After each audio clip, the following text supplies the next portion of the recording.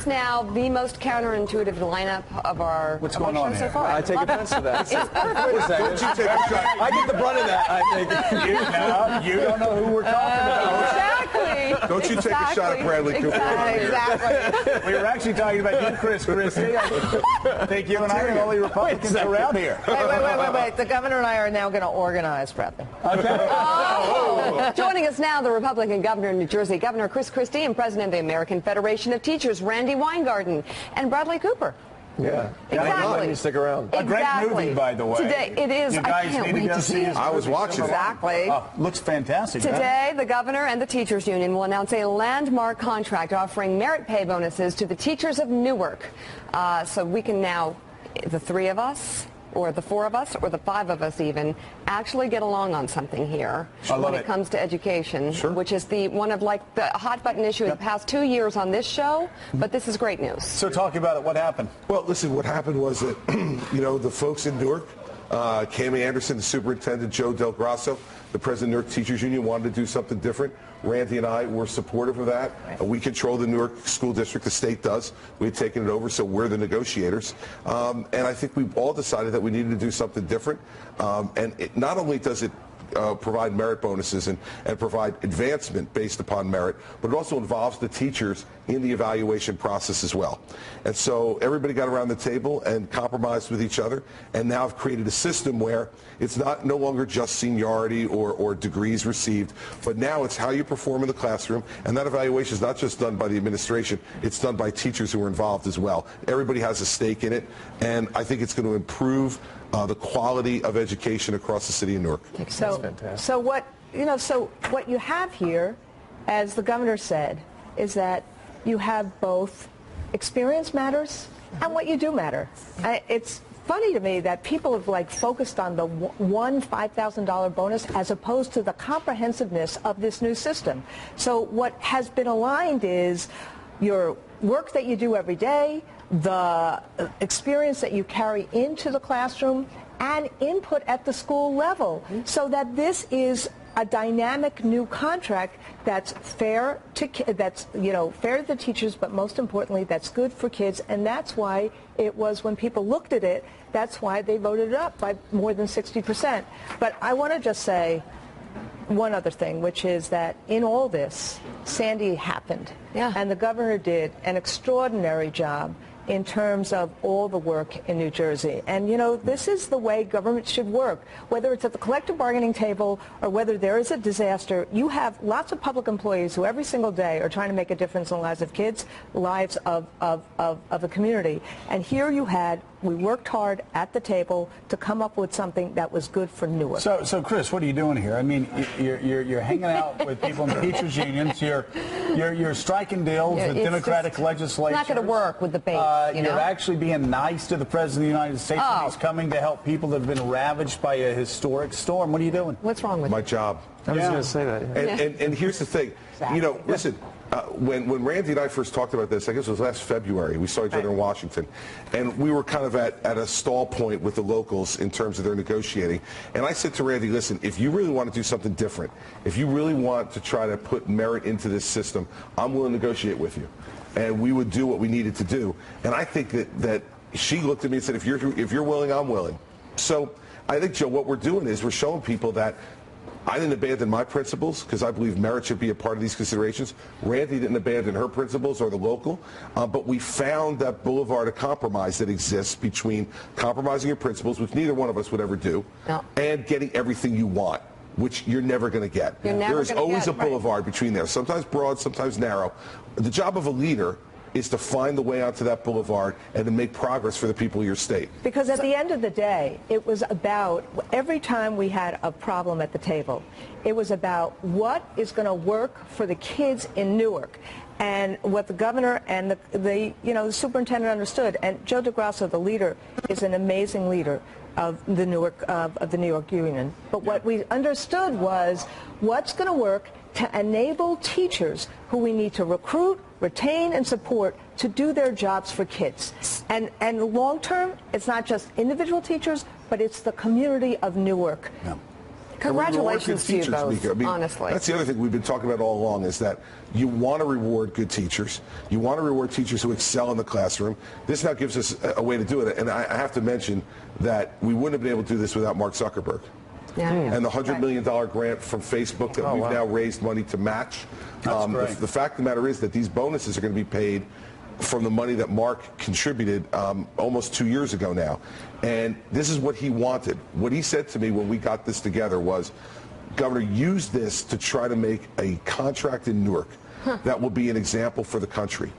And when it was voted and affirmed this week, I got a text from Mark saying, thank you, you kept your end of the bargain, now I'm keeping mine. That's the third part of the equation, by the way, of both sides getting along and the corporate involvement as well, because this is such an incredible example it's exciting. Of what can be done. Public-private partnership, the unions coming together. It's fantastic.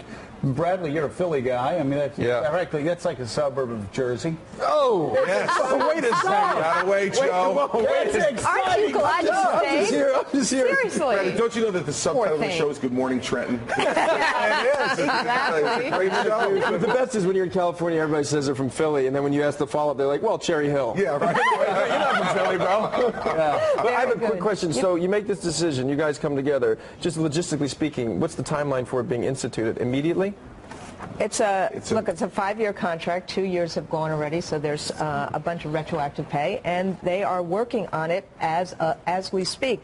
The implementation is a really good question, because the implementation is probably more important than the actual signing of the contract. Yeah. But really, truly, in schools, every single day, there's going to be these new school improvement committees. We're going to focus on how we not just recruit and retain teachers, but how we mentor them, how we support them. If something is going on in a classroom, how you change that immediately so you don't wait for test scores at the end of the year. It's a really dynamic system. The Newark teachers actually have more voice than they've ever had before under this contract. And they're starting it right now. I mean, they're I was just saying psychologically, too, I would think it would be nice to feeling, oh, that someone has my back out there. And they have a role in it. They have a say in the way the teachers are evaluated. And now principals feel like there is now a way for me to reward the excellent teacher and let them know if you are highly effective, if you go into that classroom, you prepare, you update, you're ready, and you show that you're making a difference in these kids' lives, you're going to get paid in a way that teachers deserve to be paid. And it's human nature. I'm sorry to interrupt. I'm sorry. I was going to say that back in school, when you took a class where you knew that you never raised your hand, you're never going to be called on. So you're going to be fine. But if you knew your teacher was the kind of guy or woman that was going to call on you, you're going to be prepared every day. And that work will pay off. I mean, it really is sort of like... But it's also for teachers on every level. It all starts with teachers. But it's also the comprehensive nature of this new plan, because it is every single person who, you're aligning evaluation and experience, because our job is for all kids, not just for some kids. And then the same thing, I want to give props to Newark as well, because the teacher village was also created at the same time. So there's more teacher housing going in. We're doing more stuff with literacy, because it really does, and you and I have had this conversation, it really does take a community to actually raise children. Joe. Governor, a couple quick questions. First of all, how's Jersey doing after the storm? I'll tell you, we flew in last night. God, it's still depressing, and flew over parts of Long Island, just pitch black at midnight. It is a sad, sad scene out there, and it is cold. It's the worst storm ever to hit the state of New Jersey in its history. We have thousands and thousands of people that are homeless who lost their homes during the storm. Now, we're past the immediate crisis. Power's back on to all New Jerseyans. Clean water. 98% of our schools are open. The only ones that aren't open are the ones that were actually destroyed by it, and other districts are picking up the slack for those kids to then go to school in other districts. And then, we've got our roads open. We're still working a bit on mass transit. So the initial crisis is over. But now it's going to be about how do you rebuild. It's the long slog of how do you rebuild to and get these people homes back. And I will tell you, I walked on the Jersey Shore. What's happening is just extraordinary. I mean, and you got a great partnership with the the president? Listen, he has done everything I've asked him to do so far, and so I have no complaints about that. At the end of the day, it's going to have to be a partnership because no one state could rebuild itself after this kind of calamity. This is what the federal government is supposed to be there for, in my view, is instances like this where no one state could do it. This is part of the reason why the states created the federal government. Remind everybody, the federal government didn't create the states. The states actually created the federal government. It's going to take one of the a reasons generation. why. I mean, this is not something that, I mean, whatever he's doing, and I'm glad you feel that everyone's coming to the table, it's not going to be enough. No, Congress needs to come to the table now, too. Because as you know, Joe, there's going to need to be a supplemental bill and money appropriated for these states to get this done. And everybody needs to come to the table and get back on their feet. So we've been talking about the Republican Party for some time and the failings of our party. This morning we've been talking about Mitt Romney's most unfortunate conference call yesterday where he talked about Barack Obama winning because he gave, quote, gifts to minority groups. You're seen as a leader. Do you agree with Bobby Jindal? It was a terrible thing to say, and it was said terribly? Yeah, sure. And listen, I think the bottom line of what the conversation was, I was in Las Vegas yesterday with the governors, and what we all said was that it's time to pivot and move on. You know, the leaders of the Republican Party in America are going to be the Republican governors. And one of the reasons why you have 30 Republican governors in America and why we're the only organization to add Republican strength, House lost members, Senate lost members, we lost the presidency, we went up from 29 to 30 Republican governors, is because people see us getting things done getting things done for people. And that's what we have to emphasize and talk about. I don't think this is a core philosophical examination we have to go through. Right. What this is about doing our jobs. And people expect that if they give you the privilege of serving. Do your job. So explain to voters that are listening out there to what Mitt Romney said. Explain why he was so wrong in his statement. No, you can't expect to be a leader of all the people and be divisive. Okay? You have to talk about themes, policies that unite people. And play to their aspirations and their goals and their hopes for their family and their neighbors.